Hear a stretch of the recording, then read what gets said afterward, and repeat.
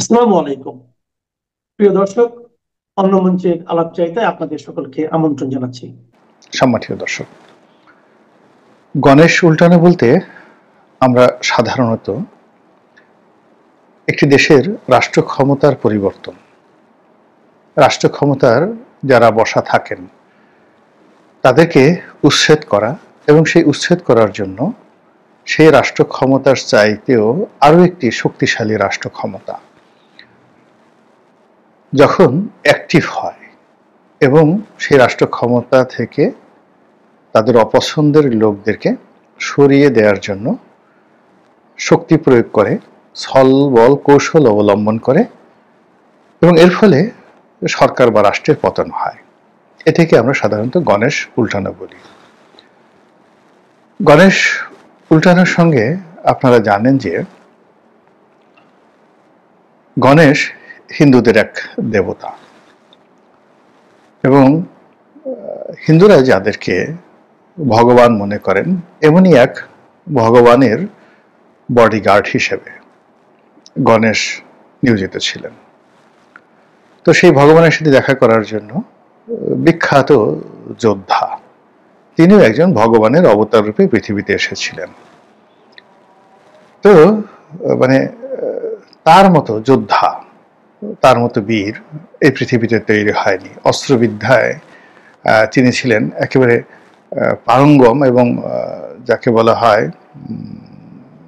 মহাভারতে এবং রামায়ণে এই বিষয়গুলো এত চমৎকারভাবে যাকে বলা হয় বর্ণনা করা হয়েছে। তো সেই যোদ্ধা, এই মুহূর্তে আমার নামটা মনে আসছে না, সেই যোদ্ধা যখন সেই ভগবানের সাথে দেখা করতে গেলেন তখন গণেশ বাধা দিলেন। তখন সেই যোদ্ধা তার তলোয়ারের একটা কোপ দিয়ে সেই গণেশের মাথা বিচ্ছিন্ন করে ফেলেন। গণেশও এক দেবতা ছিলেন। এটা নিয়ে বিরাট ইতিহাস। তো যে কোনো কারণে হোক না কেন, গণেশের সততা, গণেশের ন্যায়নিষ্ঠতা এবং পরবর্তীকালে গণেশের এই কর্মকাণ্ডের জন্য দেবতার যে আশীর্বাদ এবং তাকে হাতির মস্তক নিয়ে পৃথিবীতে বেঁচে থাকা, এটাকে ক্ষমতার প্রতীক হিসাবে মনে করা হয় এবং সেই গণেশ উল্টে যাওয়া মানেই ক্ষমতা থেকে বিচ্যুত হওয়া। তো যেটা বলছিলাম যে সারা দুনিয়াতে যখনই যে কোনো সুপার পাওয়ার মহাকালে আবির্ভূত হয়, তো তারা সবসময় চায় যে পার্শ্ববর্তী রাজ্য, দূরবর্তী রাজ্য যার সঙ্গে তার বাণিজ্যিক সম্পর্ক রয়েছে তারা তাদের আনুগত্য প্রকাশ করুক। ধরুন, সিন্ধুর রাজা ছিলেন দাহির, আর হাজ্জাজ ইবনে ইউসুফ ছিলেন ইরাকের গভর্নর, খলিফা আব্দুল মালিকের গভর্নর। কিন্তু যেহেতু হাজ্জাজ বিন ইউসুফ অনেক ক্ষমতাধর ব্যক্তি, তো তিনি হুকুম দিলেন এটি কাজ করার জন্য। সেই কাজটি দাহির যখন করল না, তখন তিনি মোহাম্মদ বিন কাসিমকে পাঠিয়ে দাহিরের গণেশ উল্টে দিলেন।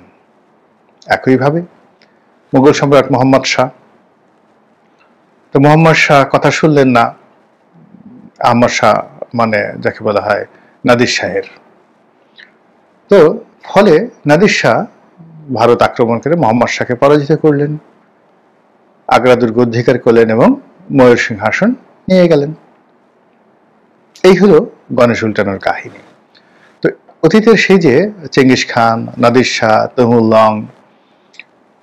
অথবা ধরুন সাইরাস, আলেকজান্ডার, যারা বিশ্বের বিভিন্ন দেশের গণেশ উল্টিয়ে দিয়েছেন, এখন সাম্প্রতিক সময় আমেরিকা সারা দুনিয়াতে গণেশ উল্টানোর জন্য তারা একেবারে সবচেয়ে শক্তিশালী। গত 100 বছরে এই পৃথিবীতে যত গণেশ উল্টে গেছে তার বেশিরভাগ গণেশ উল্টানো হয়েছে আমেরিকার মাস্টার প্ল্যান অনুযায়ী। আমাদের এই পাক ভারত উপমহাদেশে শ্রীলঙ্কা, ভারত, বাংলাদেশ, পাকিস্তান, নেপাল, এ সকল রাষ্ট্রে যে সাম্প্রতিক সময় গণেশ উল্টে গেছে, ধরে নেওয়া হয় এটা আমেরিকার ডিপ স্টেট পলিসি বা মাস্টার প্ল্যান অনুযায়ী হয়েছে। কিন্তু অবাক করার ব্যাপার হলো যে এই সকল গণেশ উল্টানোর ক্ষেত্রে তারা যতটা সফল হয়, পরবর্তীতে তারা যে গণেশকে প্রতিষ্ঠা করে সেই গণেশকে রক্ষা করার ক্ষেত্রে তারা কখনো সফল হতে পারেনি, কোথাও পারেনি। এর কারণ হলো যে যারা আত্মমর্যাদাবান, পিঠে একটু মেরুদণ্ড আছে, মাথায় ঘিলু আছে, রুচি আছে, সততা আছে, দেশপ্রেম আছে। তারা কখনো মরে গেলেও কোনো বিদেশি গোয়েন্দা সংস্থা বা বিদেশি রাষ্ট্রের দালাল, তাবেদার এগুলো কখনো হয় না। কালোভদ্রে কেউ কেউ হয়, কিন্তু পরবর্তীতে সুযোগ পাওয়ার সঙ্গে সঙ্গে তারা আবার বিদ্রোহী হয়। যেমন ইমরান খান। ইমরান খান যে ক্ষমতায় এসেছিলেন সেটাও আমেরিকা এবং পাকিস্তান সেনাবাহিনীর একটা যৌথ প্রযোজনা ছিল, এবং সেই প্রযোজনার পিছনে রাইটিস্ট গ্রুপ অর্থাৎ ইসলামপন্থীদের একটা বিরাট অবদান ছিল। দেশের ভিতরে যারা ইনফ্লুয়েন্সার ছিলেন তাদের মধ্যে ডিজেল মৌলানা ওরফে ফজলুর রহমান, মৌলানা ফজলুর রহমান, তার সঙ্গে পাকিস্তানের ইমরান খানের বন্ধুত্ব, রাজনৈতিক জোট।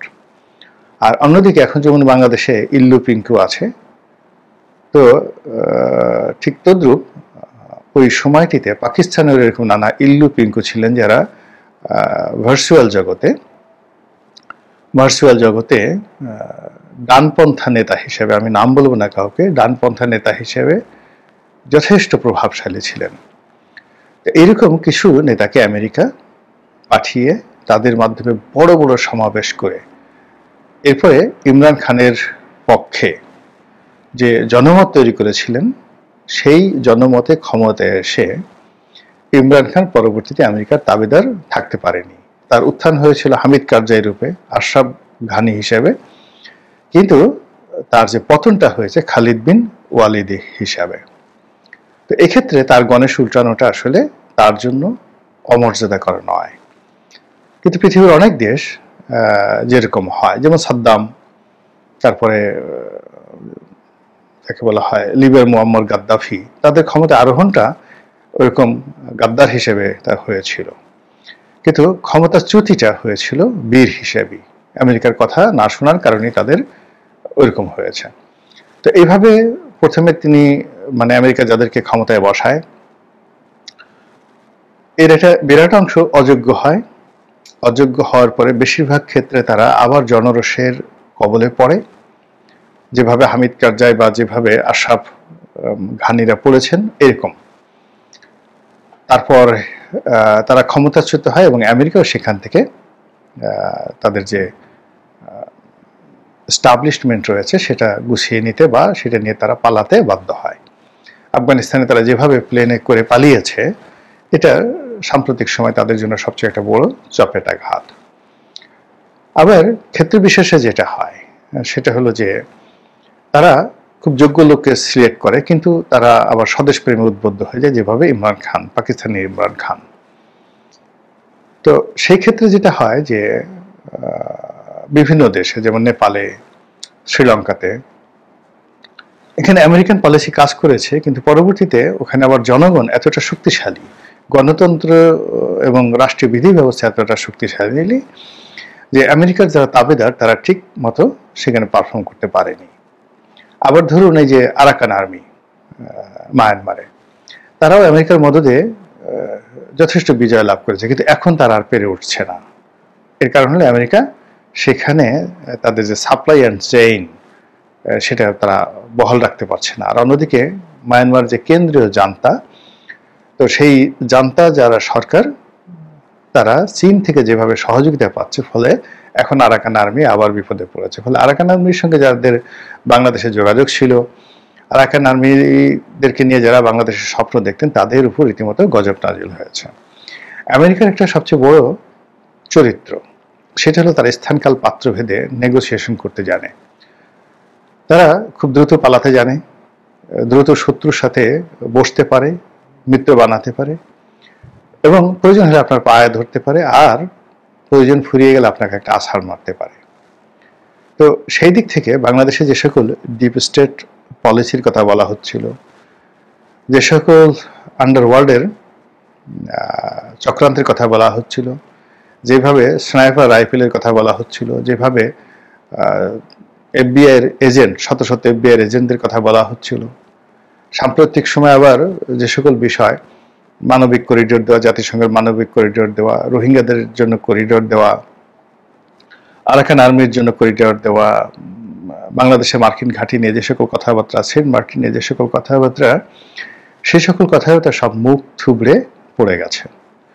মুখ থুবড়ে পড়ে গিয়ে এখন আমেরিকা যেটা হচ্ছে, সেটা আমেরিকা তাদের যে পলিসি, সেই পলিসিতে তারা রীতিমতো 180 ডিগ্রি অ্যাঙ্গেলে উল্টে গেছে। তাদের প্রিয়জন যাদেরকে তারা তৈরি করেছিল এই বাংলায়, আমি কারো নাম বলবো না, আপনারা সবাই জানেন, বোঝেন, তাদের উপর থেকে আশীর্বাদের হাত তুলে নেওয়া হয়েছে। আর এখানে যতটা সম্ভব ক্ষয়ক্ষতি কম হয় আমেরিকার, সেই ক্ষয়ক্ষতি এড়ানোর জন্য তারা বিকল্প অনেক মানুষের সাথে রাজনৈতিক শক্তি, দেশি বিদেশি বন্ধু, পাড়া প্রতিবেশী, তাদের সঙ্গে মোটামুটি দ্বিধার সালাপ আলোচনা করে যাচ্ছে। ফলে মার্কিন সাবেক রাষ্ট্রদূত পিটার ডি হাস কিংবা বর্তমান যিনি ভারপ্রাপ্ত রাষ্ট্রদূত রয়েছেন তো জ্যাকবসন, এদের যে মুভমেন্ট ওয়াশিংটনে, দিল্লিতে, ঢাকাতে, কক্সেস বাজারে, লন্ডনে, এদের এই তৎপরতা দেখলেই আপনি বুঝতে পারবেন যে ক্ষমতা রাজনীতিতে, বর্তমান ক্ষমতা রাজনীতিতে তাদের সিদ্ধান্তগুলো কি। সাম্প্রতিক সময় যেভাবে IMF এর লোন নিয়ে, ঋণের কিস্তি ছাড় নিয়ে যেভাবে টালবাহানা করা হচ্ছে, যেভাবে ভারতের সঙ্গে সম্পর্কটার ক্ষেত্রে একটা বিরাট ব্যারিকেড তৈরি করে রাখা হচ্ছে, যেভাবে বাণিজ্যিক চুক্তিগুলো, চীনের সঙ্গে বাণিজ্যিক চুক্তি, তারপর সেখান থেকে যুদ্ধ বিমান কেনা, এটা নিয়ে একটা জটিলতা তৈরি হয়েছে। একইভাবে মার্কিন যুক্তরাষ্ট্রের বোয়িং বিমান কেনা আমাদের বিমান বহরের জন্য, সেটাও জটিলতা তৈরি করে ফেলেছে। ব্যবসা বাণিজ্য, শিল্প, কলকারখানা, রাজনীতি থেকে শুরু করে সব জায়গাতে সব কিছু মানে যেভাবে পরিকল্পনা করা হয়েছিল, একটা পরিকল্পনা বাস্তবে সফলতার মুখ দেখা তো দূরের কথা, উল্টো বুমেরাং হয়ে পড়েছে। কিংস পার্টি বলেন, সংস্কার বলেন, বিচার কার্য বলেন, ফ্যাসিবাদের বিচার কার্য বলেন, আইন শৃঙ্খলা রক্ষা বলেন, নির্বাচন বলেন, জুলাই সনদ বলেন, গত 14 মাসে এরকম যদি 140টি গুরুত্বপূর্ণ কাজ যা করার জন্য সরকার, বিরোধী দল, তারপরে শেষে বন্ধু রাষ্ট্র আমেরিকা, তারা চেষ্টা করেছে, প্রাণান্ত চেষ্টা করেছে একটা সিঙ্গেল ইনস্ট্যান্স দেখান যে সহজ এবং শান্তিপূর্ণভাবে একটি সিঙ্গেল কাজ করা গেছে। অনেকগুলো প্রকল্প বাস্তবায়নের জন্য ইতিমধ্যে বহু টাকা খরচ করা হয়েছে। চট্টগ্রাম বন্দর ডিপি ওয়ার্ল্ডকে দেওয়ার জন্য যে তোড়জোড় চলছে, যে প্রাথমিক কর্মকাণ্ড এগিয়ে নেওয়া হয়েছে, সেটা আসলে শেষ পর্যন্ত করা যাবে কিনা, কিংবা হঠাৎ করে ঢাকা এয়ারপোর্টের কার্গো ভিলেজে যে আগুনটা হলো, এটা নেপথ্য কারণ। এর বাইরে স্পর্শকাতর জায়গাগুলোতে যা কিছু হচ্ছে, সেটা বিচারাঙ্গন কিংবা ক্যান্টনমেন্ট, কিংবা ধরুন ক্ষমতার কেন্দ্র সচিবালয়, সেখানে যা কিছু হচ্ছে সব কিছুই মানে ক্ষমতার ভিত্তিকে রীতিমতো নাড়িয়ে দিচ্ছে। কিংস পার্টির যারা কর্তা ব্যক্তি, তারা সেই আগে সচিবালয়ে তাদের যে প্রীতি ছিল, এটা এখন বুমেরাং হয়ে গেছে। সম্প্রতি হাসনাত আবদুল্লাহ, তিনি তার একটি বক্তব্য রীতিমতো ভাইরাল হয়েছে। তিনি বলেছেন যে মাইলস্টোন স্কুল অ্যান্ড কলেজে যেভাবে জঙ্গি বিমানটা আশ্রয় পড়ে সর্বনাশ করেছে, ঠিক এই জঙ্গি বিমানটার আসলে উচিত ছিল বা দরকার ছিল সচিবালয়ে পড়া। তো বুঝতে পারেন যে তার ক্রোধ সচিবালয়ে গিয়ে কর্মকর্তাদের প্রতি, কর্মচারীদের প্রতি কি পরিমাণ যাকে বলা হয় এটা বেড়ে গেছে। তো এই জিনিসগুলো সত্যিকার অর্থে ক্ষমতার ভারসাম্যর জন্য, রাজনীতির জন্য রীতিমতো সেই গণেশের মস্তকের মতো অবস্থা হয়ে গেছে। ও আমার মনে পড়েছে, গণেশের মস্তক যিনি ছিন্ন করেছিলেন তার নাম হলো পরশুরাম। আবার বলছি, তার নাম পরশুরাম।